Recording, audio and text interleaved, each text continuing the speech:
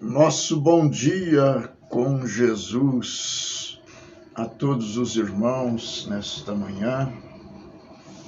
Estamos mais uma vez, pela graça de Deus, desfrutando das bênçãos do Senhor. Como sempre, em todas as manhãs, temos este privilégio de poder nos levantar e então render o nosso culto de adoração ao Senhor. A graça soberana tem nos concedido esta bênção de podermos estarmos juntos de verdade. Hoje se tornou uma coisa até comum, né? As pessoas dizem, estamos juntos, e às vezes não está. Às vezes ele está no espírito e aquele para quem ele está dizendo que está junto está noutro espírito. Então, as pessoas parece que eles não medem e nem refletem o que falam, né? Falam uma coisa, mas suas vidas dizem outras. Suas atitudes falam diferente. Quando a gente fala que a gente está junto com uma pessoa, de verdade, as pessoas deveriam ser verdadeiras naquilo que falam. Ele deve estar junto mesmo para entrar dentro, para tomar o lugar daquela outra pessoa, de quem ele diz que está junto. Jesus falou, dizendo que ninguém tem mais amor do que aquele que dá a sua vida pelo seu amigo. Não é isso?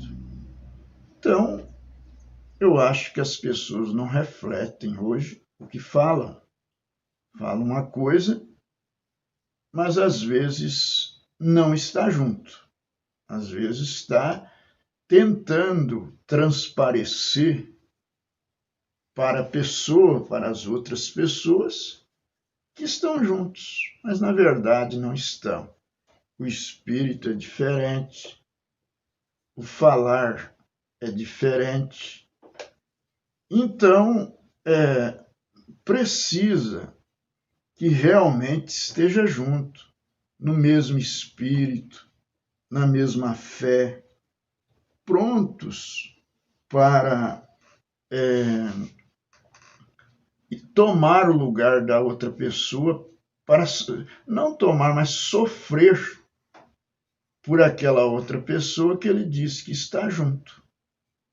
Ou então, ser honesto, ser verdadeiro, dizer não estou junto, né? Então, acho que precisa realmente as pessoas agirem conforme suas palavras. Às vezes diz que ama, quando na verdade não ama. A pessoa diz que ama, quando na verdade não está amando.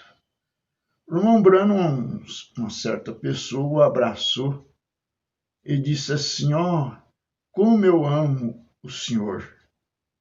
E o irmão Branham calou, porque sabia que não era aquilo. Aquilo não estava sendo verdadeiro. Ele não abriu um sorriso, entende? Ele não aborreceu a pessoa, porque ele era um homem muito educado. Apesar de ser simples, né?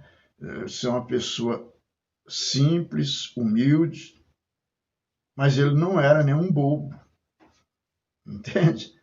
Para que hipócritas, pessoas fingidas, o enganasse com palavras. Isso abraçou ele e ele simplesmente quietou. porque ele sabia que não era aquilo. Era uma coisa que estava sendo feita com propósitos diferentes. E existe aqueles que diz que ama você quando interessa. Quando ele tem um interesse, e aí você precisa vigiar, você precisa ser cuidadoso. Nesta hora que você pode sofrer um dano, né, uma perda terrível, te fazer um estrago. A pessoa te fazer um estrago quando você pode evitar. Quando você pode evitar. A pessoa dizendo, mas eu amo o irmão, eu amo a irmã, de coração, e você percebe pelas atitudes que não ama, que na verdade aquilo é apenas um fingimento. Então, meus preciosos irmãos, eu estou falando a pessoas que eu sei que têm amor no coração, de verdade, e que não amam só de palavra, mas amam de atitude, de comportamento um ao outro, sabendo sempre disso, que é impossível uma pessoa dizer para você que te ama, que ama a Deus. Eu não amo a igreja, mas eu não gosto da igreja, eu não gosto dos meus irmãos, mas eu amo a Deus. Mais uma vez ele está mentindo. Porque o profeta diz, não tem uma maneira de você amar a Deus se você não amar o povo dele. Está vendo como é que é as coisas? Agora, se você tem amor pelo povo de Deus, pela noiva de Jesus Cristo, então você está demonstrando que você ama a Deus, que você realmente tem amor pela palavra de Deus. Então, é aquilo, tornou-se algo, eu não diria sistemático, mas tornou-se um costume, vamos dizer assim. As pessoas dizer que ama. Esta é uma era que tem mais traição do que nunca se ouviu. Entende? Que tem mais fingimento do que nunca se ouviu. É uma era do hipócrita. Contudo, é a era que mais se fala em amor. Você percebeu isso? É a era que mais se comentam, se reclamam e se fala de amor e que se reclamam por falta de amor. Isso mesmo. Pessoas que lamentam, que se queixam até mesmo, né? Faltou amor para comigo. Entende? É a era do coitado.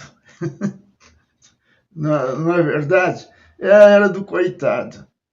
É a era, vamos dizer assim, que os filhos, principalmente, mais reclamam de amor dos pais. Observe isso. Entende? Hoje, o que tem de filhos que se julga desprezado não é que se julga, não é que é desprezado. Julgam-se abandonados quando não são, quando na verdade não são. Às vezes, o que acontece é que, às vezes, são desobedientes, às vezes são desenfreados. Eles pegam uma certa idade e se tornam, caem numa situação que, às vezes, os próprios pais não têm como mantê-los dentro de casa, e o que eles fazem? Vão morar sozinhos. Entende? E depois se queixam que foi abandonado por pai, abandonado por isso, por aquilo, que lhes faltou amor, né? Não é nada disso. Na verdade, o que falta hoje é Deus na vida das pessoas, né? Mas nesta manhã, vamos ler aqui o Salmo 42, que diz assim: assim como o cervo brama pelas correntes das águas, Assim suspira minha alma por ti, ó Deus. A minha alma tem sede de Deus, tem sede do Deus vivo. Quando entrarei e apresentarei ante a face de Deus? As minhas lágrimas servem-me de mantimento de dia e de noite, enquanto me dizem constantemente: onde está o teu Deus? Quando me lembro disto dentro de mim, derramo a minha alma, pois eu havia ido com a multidão, fui com eles à casa de Deus, com voz de alegria e louvor, com a multidão que festejava. Por que estás abatida, ó minha alma, e por que te perturbas em mim? Espera em Deus, pois ainda o louvarei pela salvação da sua face. Ó meu Deus, dentro de mim a minha alma está abatida. Por isso lembro-me de ti desde a terra do Jordão, desde os Hermonitas, desde o pequeno monte, desde o pequeno monte. Um abismo chama outro abismo ao ruído das tuas cachoeiras, ou catadupas, né? Tuas cachoeiras, todas as tuas ondas e as tuas vagas têm passado sobre mim. Contudo, o Senhor mandará a sua misericórdia de dia e de noite, a sua canção estará comigo. Uma oração ao Deus da minha vida. Direi a Deus, minha rocha, por que te esqueceste de mim? Porque ando lamentando por causa da opressão do inimigo? Com ferida mortal em meus ossos, me afrontam os meus adversários, quando todo dia me dizem, onde está o teu Deus? Porque estás abatida, ó minha alma? Por que te perturbas dentro de mim? Espera em Deus, pois ainda o louvarei, o qual é a salvação da minha face e o meu Deus. Muito bem, Salmo 42, do verso 1 ao 11. Nesta manhã, que a bênção da palavra esteja sobre você. Na mensagem Perguntas e Resposta, o profeta de Deus diz assim, foi feito esta pergunta ao profeta. E o irmão Brana começa então respondendo, diz: pedimos que tu nos ajude agora no final da oração, enquanto tratamos de explicar estas perguntas. Somos insuficientes para estas coisas, porém permite que teu grande Espírito venha, Senhor, o qual é nossa suficiência, e que ele responda a pergunta em muitos corações. Damos-te graça pelo que nos tem dado. As eras da igreja e os selos. Ele já tinha pregado os selos. E como tu tens tratado conosco com coisas grandes que nos têm sido grandes. Senhor, porque vemos se aproximar o tempo do fim. Agora, pensei que era próspero, ou seria próximo para teu reino, se eu verificasse as pessoas, muitas vezes sob discernimento, e vendo tantas coisas diferentes e não se pode encontrar numa delas. Assim sendo, pensei, lhes deixei escrever o que pensavam em seu coração.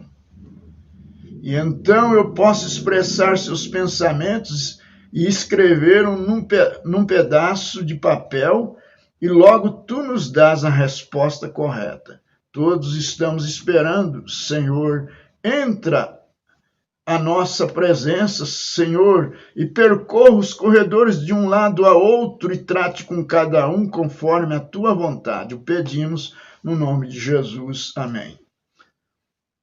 Muito bem. Profeta de Deus, ele respondeu perguntas e respostas, e ele sempre se referiu a isso, que as perguntas deveriam ser feitas do profundo do coração, nunca com astúcia. Você sabe que tem perguntas que são capciosas, e às vezes, quando você percebe isso, o melhor que faz é não responder, tá? O que significa isto? Ai das grávidas e das que amamentarem naqueles dias. Estranho.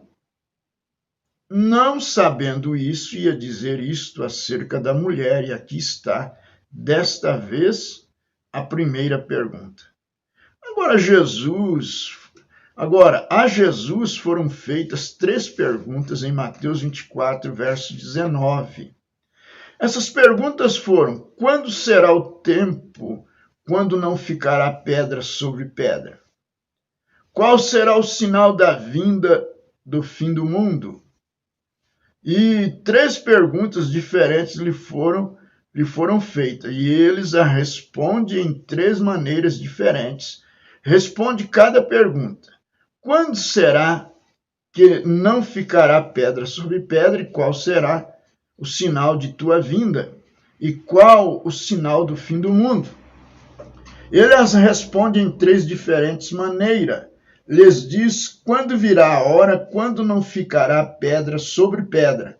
Qual será o sinal de sua vinda e então o fim do mundo? Muitas vezes, se não observas detalhadamente, agora, como ele responde, vê, terás tu misturado e acharás tudo ao mesmo tempo, então estará todo confundido.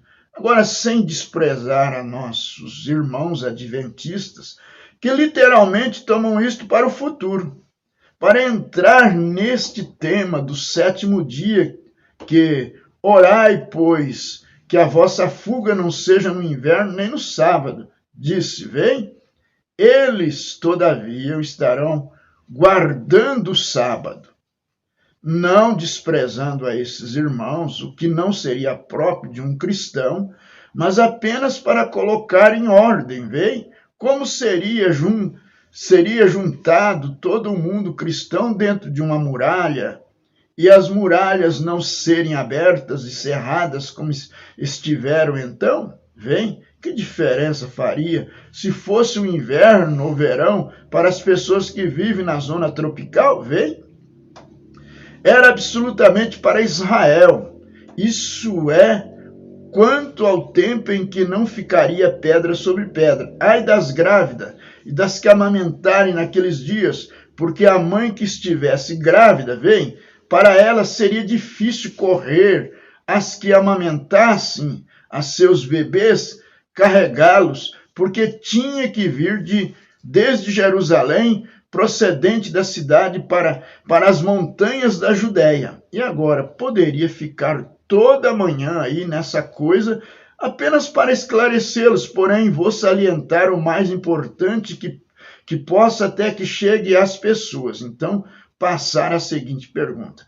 Agora, Jesus havia dito, e eles, quando virem a Jerusalém cercada de exército, o que estiver no campo, não regresse à cidade para obter sua capa, tomar algo de sua casa, não regressem à cidade, mas fujam à Judéia, porque haverá tempo da angústia tal como nunca houve desde o princípio do mundo. É tudo isso, e tudo isso aconteceu nos dias quando Tito, o general romano, sitiou Jerusalém, queimou a cidade, apenas haveria e matou as pessoas até que o sangue correu fora pelas ruas. Ele a sitiou, não sei quantos anos foram que ele tomou seus exércitos, e se cercou e acampou ao redor da cidade.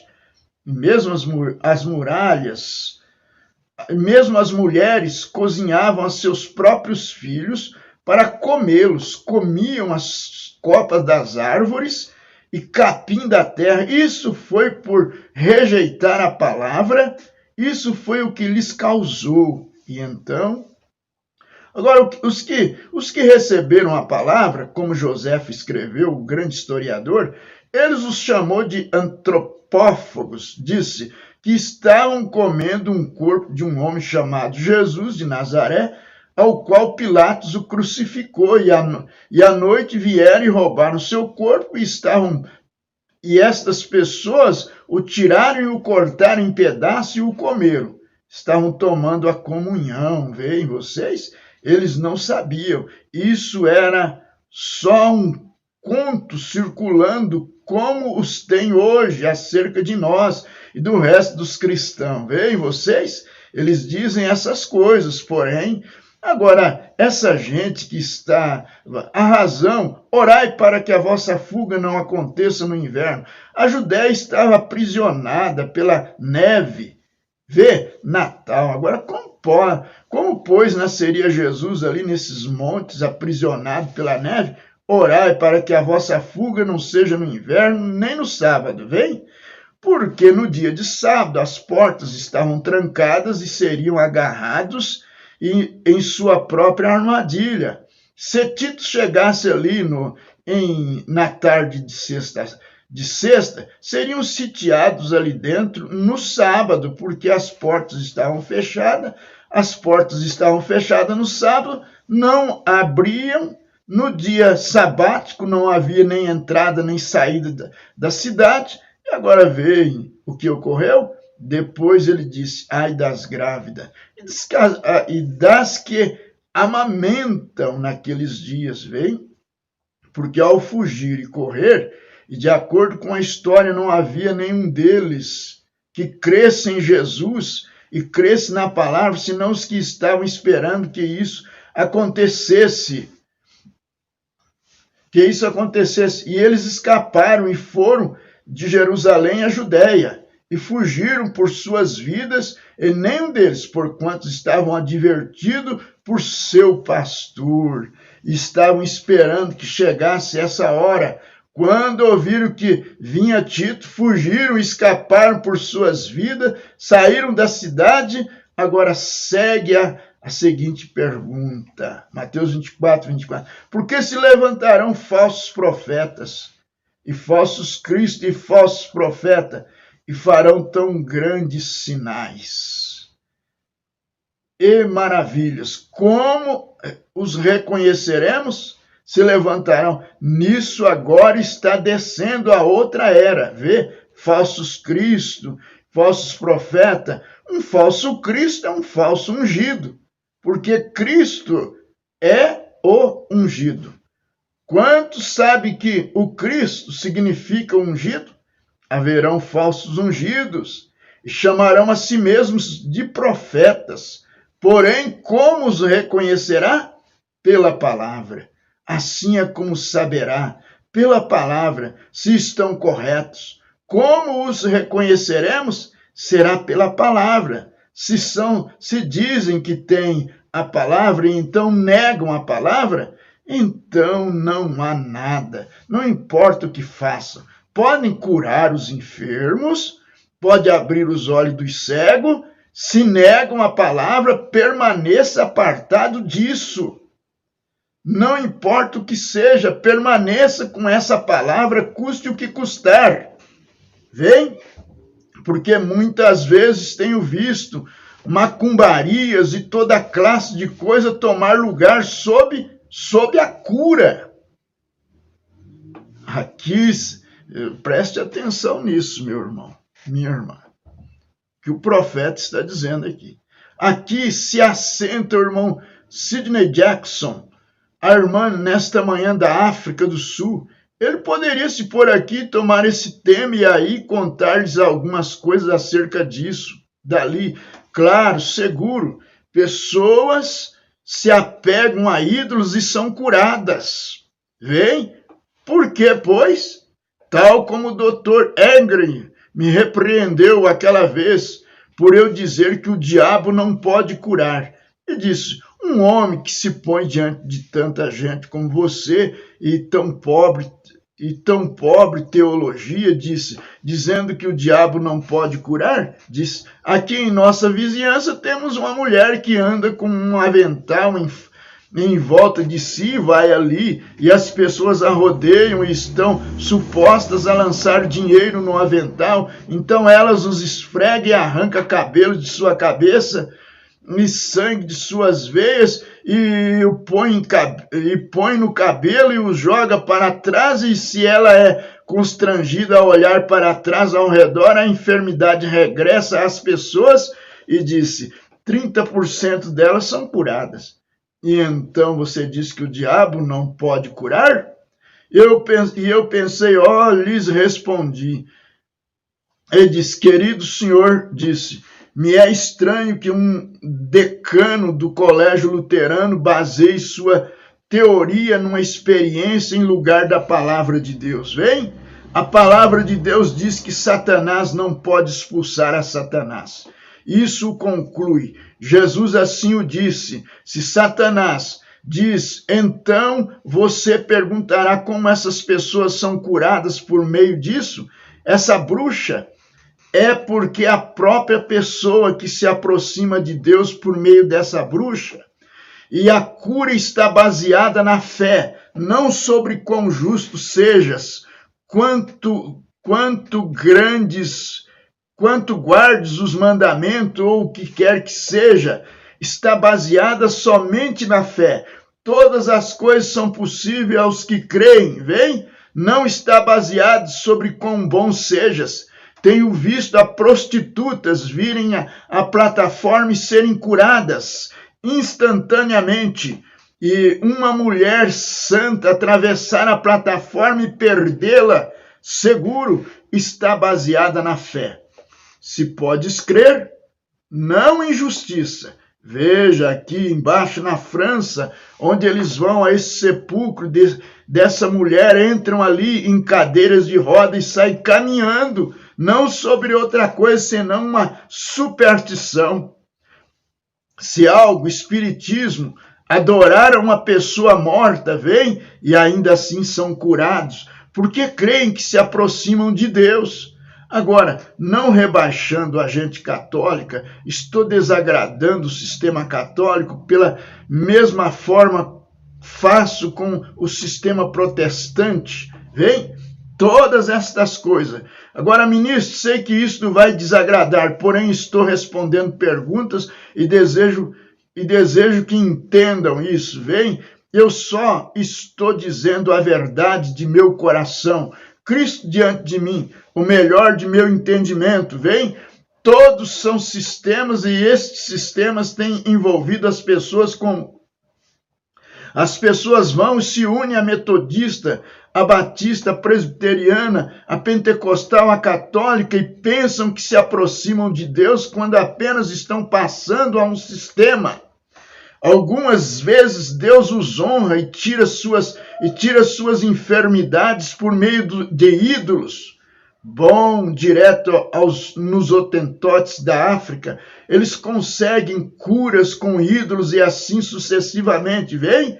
Mas eles pensam que se aproximam de Deus.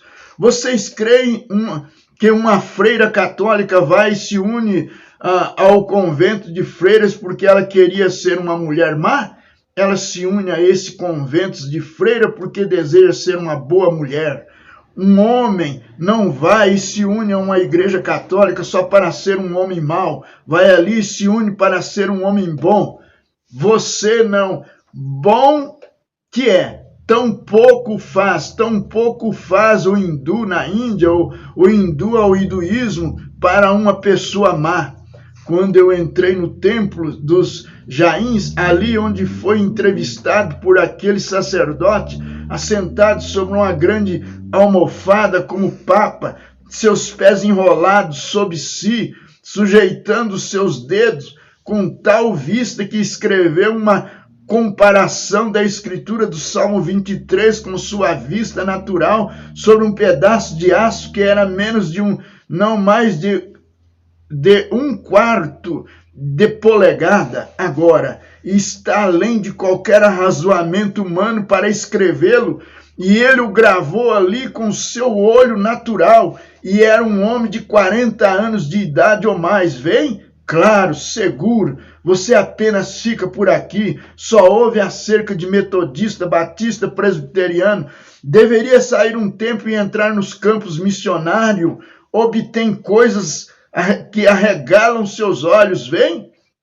Agora você pensa que aqueles irmãos assentados ali, elas nem mesmo não cozinharão, não comerão, têm que mendigar tudo que têm, elas fazem pequenos esfregões com suas mãos para retirar da rua as formigas, coisas, porque creem que na reencarnação poderiam estar sobre seu parente.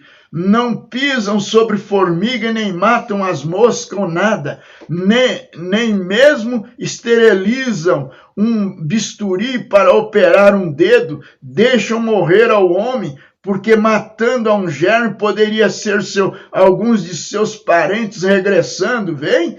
Vai melhorando e melhorando e melhorando, finalmente se converteria num ser humano, um ser humano melhor, e assim sucessivo, e assim por diante, até que se converte num Deus. Apenas prossegue, girando, melhorando e melhorando. Agora, eles não fazem isso para serem pessoas más, fazem isso com sinceridade, porém, vejam você, a caminho que ao homem parece direito. Só há uma coisa, gente, que eu sei dizer-lhes como uma classe nesta manhã, nestas perguntas, é a palavra de Deus. Então vocês creem que Jesus Cristo é a palavra, e essa palavra está feita carne agora entre nós, cumprindo exatamente o que ele disse que faria nesta era. Bem, agora assim é como vocês o conhecerão, não por uma igreja, nem por seu credo, nem por seu sinal, nem por suas denominações, nem por alguma cura, nem por nada, mas pela palavra. Vem? Aleluia! Deus te abençoe nesta manhã. Nós lemos aqui a mensagem perguntas e resposta número 1. É a primeira pergunta. Fique com isso, tá? Fique com isso em seu coração nesta manhã. Pai bendito, abençoa agora os teus filhos com esta palavra. Que eles sejam confortados, instruídos e ajudados no nome de Jesus Cristo. Amém. Deus te abençoe e até nos encontrarmos novamente pela graça de Deus. Deus concederá vitória e bênção a cada um de vocês nesta manhã bendita, vos conservando em vitória. Deus te abençoe. Amém.